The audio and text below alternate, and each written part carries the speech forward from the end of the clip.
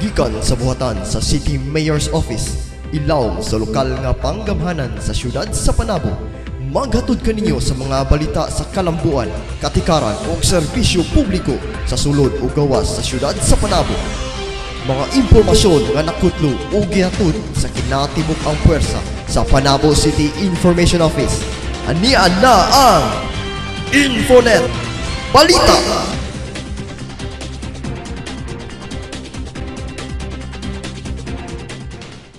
Mainintong pagtimbaya alang sa atong mga higala ug mga ka-Infonet. Ako, si Eric Etis sa Panabo City Information Office. Ug kuyog ang mga information networkers among ihatod ang mga balita. Ug aniana ang mga headline. Uluhang Tudling. Panabo City Mayor Jose Silvosa Sr. nagpadayag sa ikapito nga State of the City Address. New Visayas nagsaulog sa ilang araw ng barangay. Mga malapason sa balaod trapiko, sikop sa Panabo. National Flag Day, gisaulog sa syudad.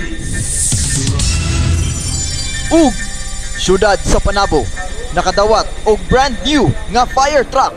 Atangi ug ang uban pang pangitabo sa Infonet Balita. Kita nagsibya sa City Information Office nga nahimutang sa sentro sa lokal nga panggamhanan sa syudad sa Panabo, ang Panabo City Hall sa sulod sa probinsya sa Davao del Norte. Ug aniana ang mga balita. Syudad sa Panabo nakadawat og bag-ong fire truck. Aniya ang report. Gitistingan dayon sa mga babayeng bumbero ang kapabilidad sa bagong state-of-the-art nga fire truck sa Panabo sa atubangan sa mga empleyado sa Panabo City Hall. Kinihuman sa formal nga pag-turnover ni Mayor Jose Silvosa Sr. sa maong fire truck sa Panabo Bureau of Fire Protection. Made in Austria, no, sa Europe.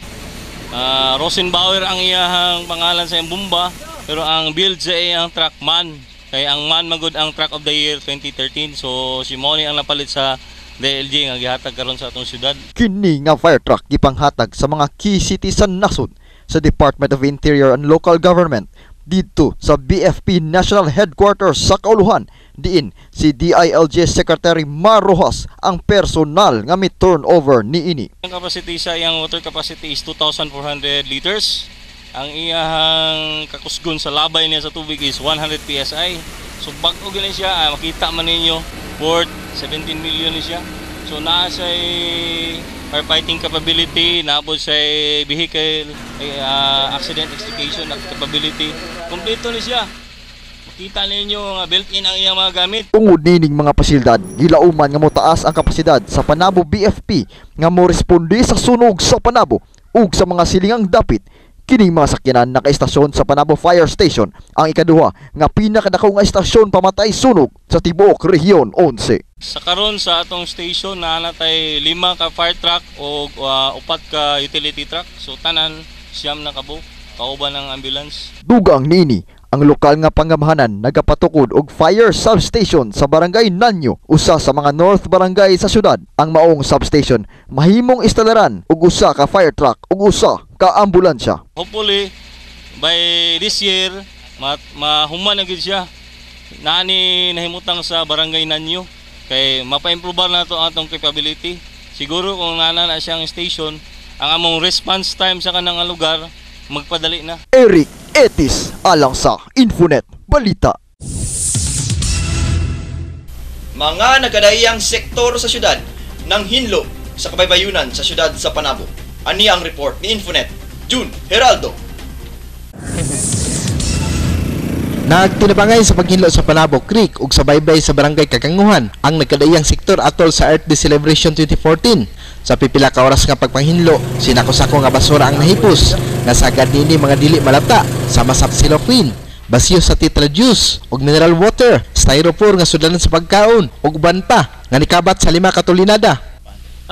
Importante kayo siguro nang ato ipaabot sa itong mga katawhan sa Panabo, pinagi sa itong opisina sa sentro ug sa itong lokal paggamhanan, pinagi sa itong halang mayor nga dilita angay malabay sa itong basura diha sa mga waterways, sama sa kanal, sa sapa o katong i-maintain ang kahinlo sa ato ang palibot. Kapin 200 usab ka mangrove ang gitanom sa mga empleyado sa Davao Metro Shuttle Bus Company. Part man gud sa amo ang isa sa programa po sa amo ang kumpanya sa Davao Metro Shuttle, not just to serve our passengers. Isa po sa mga programa is kanang nami community involvement sa tanan rota nga kuan sa sakop sa among gidaganan. Anya kita karon diri sa Barangay Kaganguhan, diri sa mangrove area nga din atong makita ang mga kadaiyang species sa mangrove nga diri ginabalik-balikan og planting og replanting activity aron nga mubaga kani area nga mausab ang magprotekta sa ato ang kabaybayunan diri sa Barangay Kaganguhan. Ang ilang pagpananom sa mangrove kabahin silang social corporate responsibility. Jun Hiraldo para sa Infonet Balita. Panabo City Mayor Jose Selvosa Sr. nagpadayag sa iyang ikapito nga State of the City Address. Aniya ang akong report. Napuno ang Panabo City Hall sa mga katawhan nga buot nga personal nga mosaksi nga ipadayag na ni Panabo City Mayor Jose Selvosa Sr. ang iyang ikapito nga State of the City Address. Ang basihan aning State of the City Address is actually nasa ato ang Local Government Code. Kabutang dito sa Rule 24, then Article 189 of the Rules and Regulations implementing the RA 7160. Ang State of the City Address mao ang tinuig nga report sa usa ka local chief executive ngadto sa sangguniang panlungsod may tungod sa kondisyong socio-economic, political, kahapsay ug kalinaw ug uban pang pagtaho may tungod sa local government unit nga nasakop sa niagi nga calendar year. Today, I will report the accomplishment of the city for the year 2013 and what we want to achieve for this year. Sa iyang pag-report sa katawhan, iyang gipadayag ang mga sektor nga gitagaan ug dakong pagtagad sa iyang administrasyon. Kini ang edukasyon, maayong panglawas, social welfare ug pabalay. Gireport usab sa mayor ang mga programa nga nakapunting alang sa ekonomiya sa syudad, employment, mga poverty alleviation and livelihood assistance program ug ang mga bag-ong negosyong miabri sa syudad sa tuig 2013. Bida usab ang mga proyektong infrastruktura sama sa mga road and bridge projects, drainage systems ug mga nakadaiyang gambalay sama sa multi-purpose hall, wet market, fire substation o uban pa. Sulod sa iyang ulahing termino, nakatutok ang Administrasyong Selvosa sa mga prioridad nga gilatag sa executive and legislative agenda sa calendar year 2013 to 2016. This is based on RA 7160, what is known as the Local Government Code. Based on CDC Resolution number 19, series of 2013, and SP Resolution number 461, series of 2013. This is done through a workshop, both the executive and legislative staff. This is composed of the different department heads in the executive and the Sangguniang Panglungsod members under the legislative. We have a workshop to come up with the priority projects. Si Selvosa napili isip mayor sa Panabo ni adtong 2007 legislative and local elections ug na-re-elect og kaduha ug kasamtangang nagaserbisyo sa iyang ikatulong termino. Eric Etis alang sa Infonet Balita. Mga dagkong personalidad sa Davao del Norte midayig sa kahimuan ni Mayor Selvosa atol sa iyang 7th State of the City Address. Aniya ang report.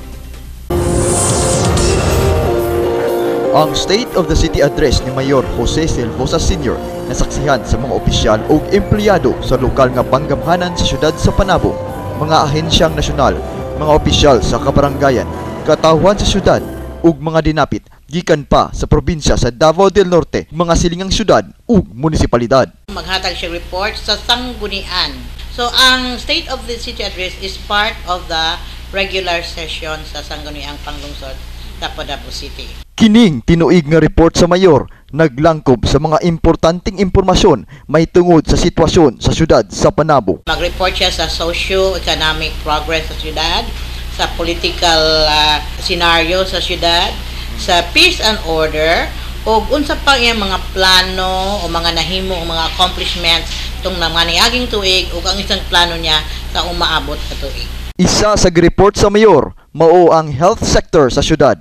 Sa maong report, bida ang safe birthing facility sa syudad nga nakaserbisyo ug dulan 200 ka nanganak ug 1,178 nga prenatal check-ups ug kapin 200 ka newborn screening atol sa tuig 2013. Dulan 4,000 ka mga pasyente sa rural barangay ug kapin 1,000 ka pasyente sa mga urban center ang nakapahimulos sa mga medical mission sa syudad. Garbo usab sa syudad ang Sandugo Outstanding Local Government Executive Hall of Fame Award pinaagi sa Mobile Blood Donation Program ug nakakuha usab og National Sandugo Award ang 24 ka barangay. Sa tuig 2013, nakuha sa syudad ang Red Orchid Award gikan sa Department of Health sa pag-implementar og 100% tobacco smoke-free environment. I would like to officially congratulate our city mayor for a job well done. We will be having a lot of projects upcoming. Rest assured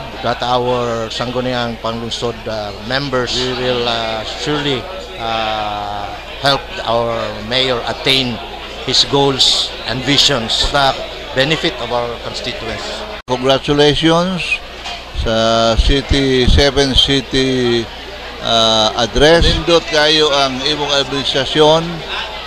Kay unang-una ang imong mga sakop gikan sa Vice Mayor ngadto sa mga konsyalis na kahiusa o madiha nato makita nga dako gyud tagpaaboton nga kayuhan.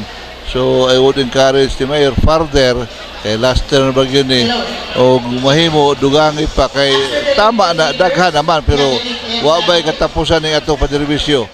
Murag halos na ma-perfect. I have done all this best as mayor. After your term, mahinumdum ka sa mga tao.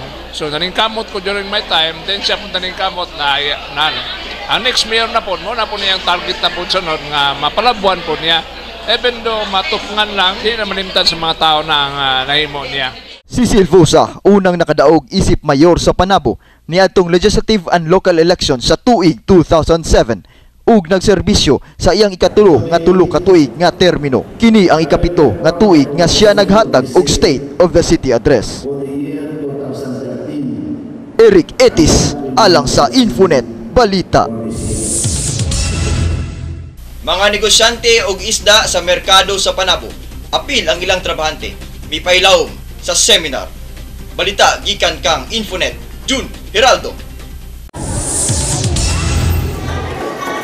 Bisan sa kabisi ni Joan Obiso sa iyang matag adlaw nga pagpanindag isda sulod sa Panabo Public Market, naningkamot gihapon siya nga makatambong sa hands-on training orientation on food safety, fish handling techniques and proper hygiene sanitation nga gipasiugdahan sa DEVPAR RFTC ug LGU Panabo City di Palangdugay. Matud ni Joan nga wa gyud siya nagmakuli sa pagtubag sa panawagan sa CEMDO ug nitambong gyud siya uban sa pagtuo nga makahatag kini kaayuhan kanilang mga negosyante ug sa ilang mga customer. Para sa ako, useful tas helpful masyado ang seminar nga na-attend na mo karon so far kay marami may na lessons like kung saon pag proper handling, sanitation, sa cleanliness, tas syempre po good quality, invest good income po. Alang sa fish vendor nga si John Villa, mas mudaghan kuno ang ilang mga customer, labi na gyud kung presko ug limpyo ang ilang tindang isda. Dako kani ikatabang tungod kay makahatag kanina og dugang kahibalong nganha sa pag-amping sa amo ang ginabaligya ang mga isda. Labaw sa tanan makapadugang usab kini og mga customer nganha sa mga negosyo tungod kay makita man unya sa katawhan kung unsa kalimpyo o kapresko ang amo ang kinapamaligya. Pinaagi usab sa mga kahibalo nga amo nakatunan dinhi mao seminar. Sumala ni Director Dr. Andrew Ventura sa Regional Fishery Training Center nga doon na sila namatikdan sa pipila sa mga negosyanteng isda ang wala ni sunod sa standard nga pamaagi. We have noticed in the premium market wala ma-apply ang proper handling techniques na to. Doon ay mga display nga walay ice ang isda, no? Diri sa central market, it's nice to know that very clean ang ato ang central market. Ang display sa isda pod maayo ang ilang display except wala siya wala sila gamit og ice sa ilang isda, so ma-deteriorate ang quality sa atong isda. Tumong sa lokal nga panggamhanan nga magpabilin ang maayong kalidad sa mga tindang isda sulod sa Panabo Public Market ug aron usab may balaan sa mga negosyante kung paunsang paagi kini nakuha ang ilang mga nakumprang isda. Dapat mahatagan to sila hibalo nga unsaon gayud ang sakto nga pamaagi sa pag-atiman o pagpamaligya og isda, no? Unsaon pag ila sa isda nga dubok o dili dubok. Ato silang gitudluan, no? Naatay ato ang mga kadagkuan gikan sa Regional Fisheries Training Center, ang ato ang Bureau of Fisheries and Aquatic Resources nga naagyod nangamot sa pagpahibalo kanila. And we are doing this yearly. Dugang ni Rasgo nga himuong tinuig ang seminar sa mga fish handlers o fish vendors o kinahanglan kini nilang tambungan kay usa kini sa ilang mga resikitos sa pag-renew sa ilang mga business permits sa sunod tuig. Kung dili maka-appeal niini, dili makapakita og sertipiko nga nakatambong niining maong seminar, di na to sila i-renew. They have to attend the seminar first before they can secure and get a license from the City Licensing Office. Jun Heraldo, Infonet, Balita. Atul sa araw ng Barangay New Visayas, adunay gipahitabo nga jobs fair. 51 ang hired on the spot. Ani ang report ni Infonet, Mark Anthony Helior.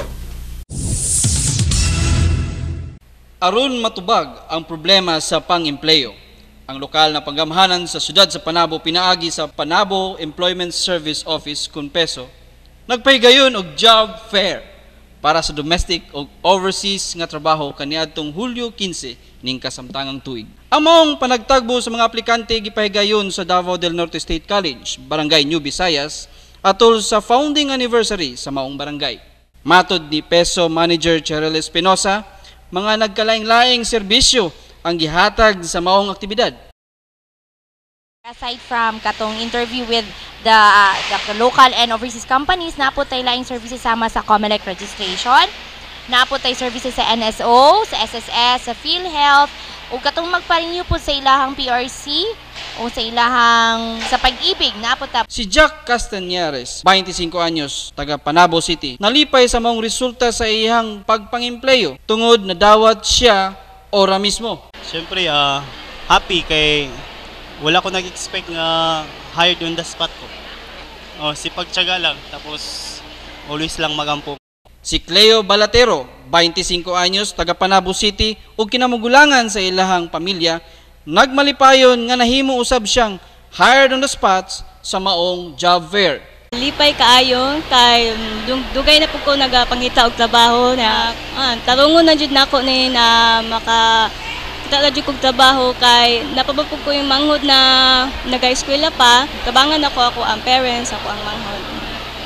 Suma total na 271 registered applicants ug 51 niini hired on the spot. 8,047 mga jobs solicited para sa overseas employment ug 1,912 para sa local employment. Ang Peso Panabo kanunay nagahatag og assistance sa mga aplikante nga nangita og trabaho sa lokal man o abroad. Kini si Mark Anthony Helior alang sa Infonet Balita. Paaglambo sa Panabo Mariculture Park, nakahatag og dugang panginabuhian sa katawhan, partikularmente sa mga lubulupyo sa mga coastal barangay ning syudad. Aniya ang report.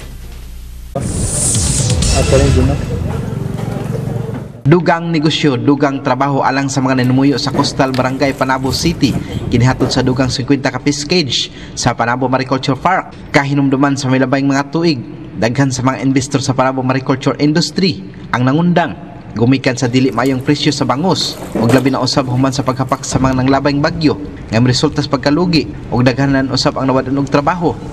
Daghan nang nag-back out kadtong nangalugi kadtong pag-abot sa bagyo, daghan ang mga investors nga nangawala. So pag nangawala tong investors, daghan ang mga tao na to nga nawadan pod og mga trabaho. Apan sa karon, daghanan na sab sa mga kanhing negosyante ang gusto mo balik og adunay mga bag-uhan nga gusto usab mo bubo sa ilang kapital alang sa fish culture industry sa Panabo City. Tungod kay ang presyo karon maayo sad, unya nakita po sa uban nga development dito gasigi na. Labi na karon nga naanay ongoing ginahimo nga mga building support sa Mariculture Park. Ang Panabo Mariculture Park Zone dunay gidakon nga 617 ka hektarya matud sa DEV par RFTC nga kaya pa niini nga makakomodar og dugang 300 ka fish cage. Right now, maayong development nato sa Mariculture Park. We have 308 cages. Napay area for expansion. Actually, the Mariculture Park pwede nato na butangan og 600 cages. Right now, naata sa 50%. Og ning kasamtangan, adunay 239 ka fish cage ang nag-operate og nag-produce og 35 tulinadang bangos sa matag semana. Adunay kapin kulang 600 ka tawo usab ang nahatagan og trabaho nga sama na lamang sa mga caretaker, maintenance, laborer. Ang mga produkto sa Panabo Mariculture Park gina-deliver usab sa 11 ka local market outlets dinhi sa isla sa Mindanao. Gawas sa bangos, nag-produce usab ang Panabo Mariculture Park og mga high value marine products nga sama sa danggit, lapu-lapu, pampano, lobster ug uban pa. John Heraldo, Infonet, Balita. Panabo nga bersyon sa Santa Cruzan, ipahigayon sa syudad. Aniya ang akong report. Bida ang mga dalagang taga Panabo sa maanyag sa syudad nga gipahitabo sa ARF Gym sa Panabo Parks and Plaza.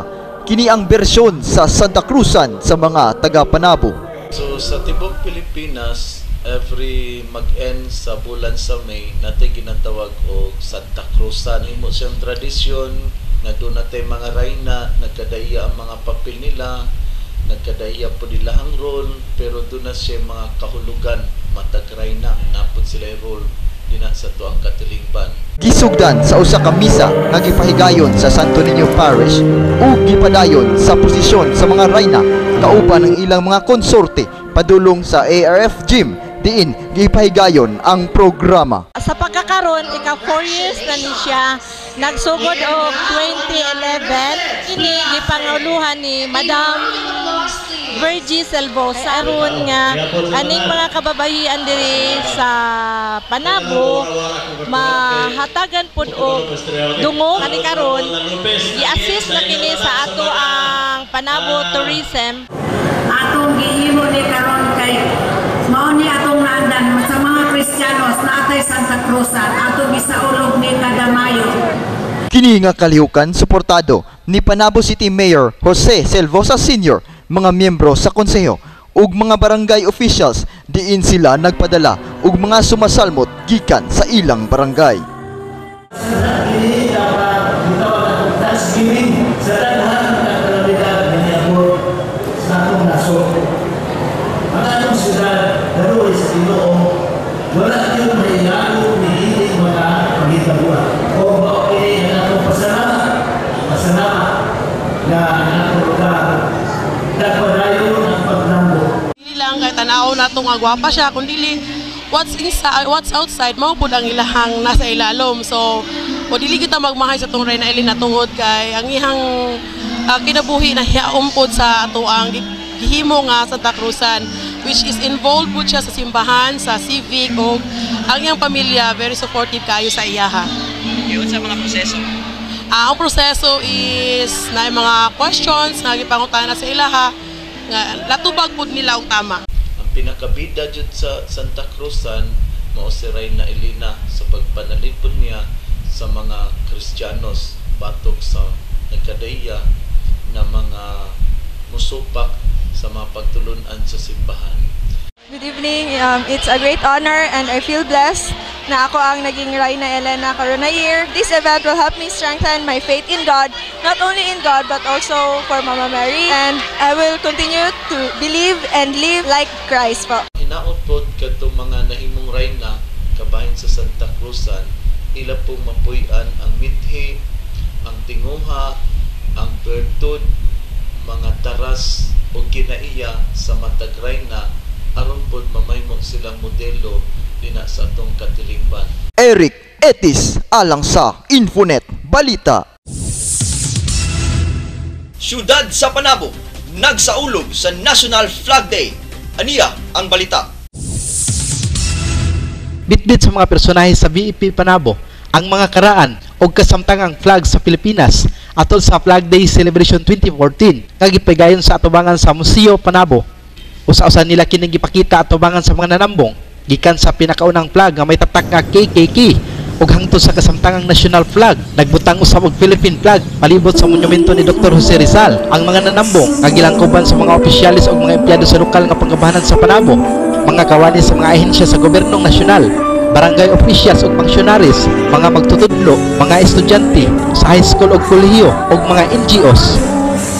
Ang kini nga atong flag na himugso kini dili lamang sa mga ordinaryo nga mga pakigbisog kundi giusikan kini og dugo og kinabuhi aron kini moay mo matimailan nga kita Pilipino. Ang pagsaulog sa Flag Day usa ka paghinumdom sa dihang napildi sa Philippine Revolutionary Army nga gipangunahan ni General Emilio Aguinaldo ang mga manggugubat nga Kastila didto sa Alapan Imus, Cavite. Human sa pipila ka adlaw, giwagayway ni Aguinaldo ang Philippine flag didto sa balkonahe sa iyang balay sa Kawit, Cavite dungan sa pagdeklara sa kalayaan o independensya. Pinasikat sa Proclamation No. 374 Series of 1965 nga pirmado ni kanhi Presidente Diosdado Macapagal nga nagdeklara nga ang Mayo 28 mao ang pitsa sa Philippine Flag Day. Adtong Mayo 24, 1994 nagpagula og Executive Order No. 179 si kanhi Presidente Fidel V. Ramos nga nagmando nga mag-display og national flag ang tanang gambalay, establishmento ug kabalayan sugod Mayo 28 ngadto sa Hunyo 12 sa matag tuig. Ang Panabo City sa matag tuig nagaselebrar sa National Flag Day. Jun Hiraldo para sa Infonet Balita. Barangay New Visayas nagsaulog sa iyang ika-65 nga araw ng barangay. Ani ang report ni Infonet Mark Anthony Helior.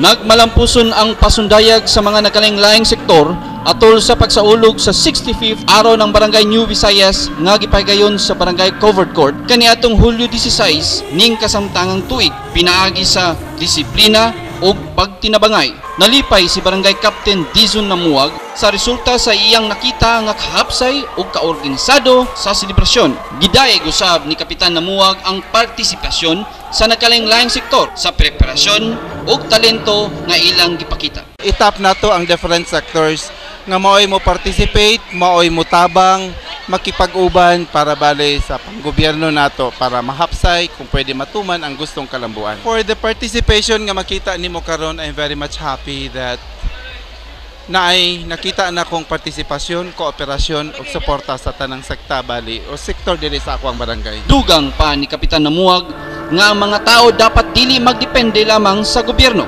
Kinahanglan muhatag og kontribusyon ang matag usa aron molambo ang usa ka komunidad. Gusto na ko unta nga ang tao dili magsalig lang sa gobyerno. Muhatag po sila ilang kaugalingong contribution para motabang either personal, either moral, or could it be financial. Nagpakita usab ang senior citizen ug sayaw nga kuratsa nga gipangunahan ni Mrs. Sinyona Garcia. Malipayon kaayo ko nga nahimo kaming tipik o kabahin sa pagsaulog sa mga sa amo ang ika-65th nga founding anniversary sa Barangay New Visayas. Kauban si cameraman Genesis Catalunya. Kini si Mark Anthony Helior alang sa Infonet Balita. Panabo Traffic Management Unit ug LTO nanakop ug malapason sa balaod trapiko sa Panabo City. Aniya ang report. Nag-uban ang Panabo City Traffic Management Office ug ang LTO sa pagpanakop sa mga driver nga malapason sa balaod trapiko dinhi sa Panabo City. Sa milabayng semana, daghan ang nadakpan. Sagad niini mga nagmotor nga way suot nga helmet. Expire ang lisensya sa driver ug expire usab ang rehistro sa sakyanan. Lakip sa nadakpan kining motorsiklong may sidecar, dihang gipangitaan kini og dokumento. Nasuta nga wa nalakip sa certificate of registration ang sidecar, kundi single lang kini nga motorsiklo.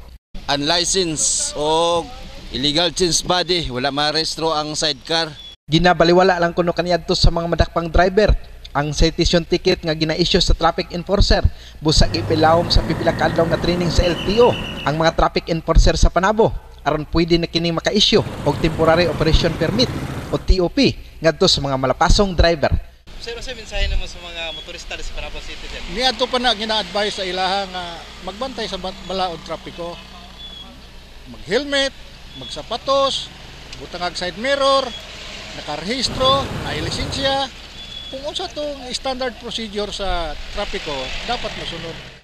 John Heraldo para sa Infonet Balita.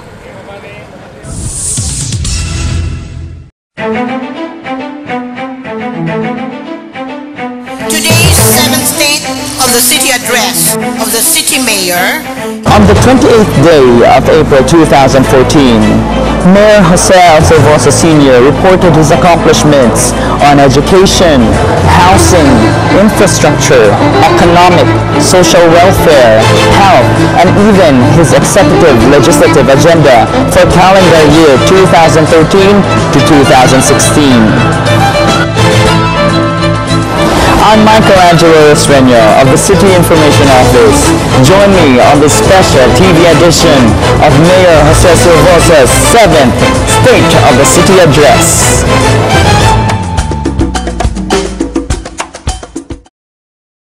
Kining bahina hatod kaninyo sa Muslim Christian Solidarity for Peace Incorporated. MCS di sinakatuig nga nagkayusa sa padayong paghimo og mga hiniusang pagampo og pag-inambitay uban sa miti sa pagtuo, gugma og respeto alang sa gitunguhang kalinaw panaghiusa og kalambuan sa syudad sa Panabo.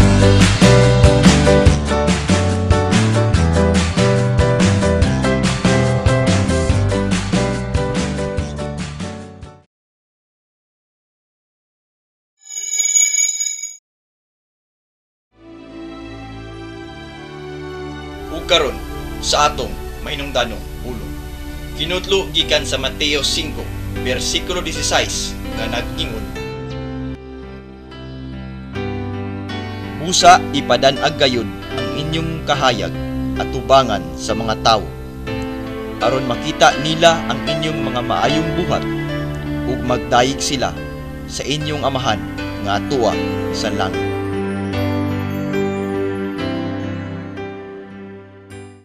Mao kadto ang mga balita karong adlaw. Kauban ang kinatibuk ang pwersa sa Panabo City Information Office sa pagpangulo ni Narciso Hadrake. Kini si Eric Etis. Dagang salamat sa inyong pakig-uban. Atong hinumduman nga ang impormasyon og kahibalo kinahanglang gamiton sa pagtabang sa isig katawo. God bless Panabo.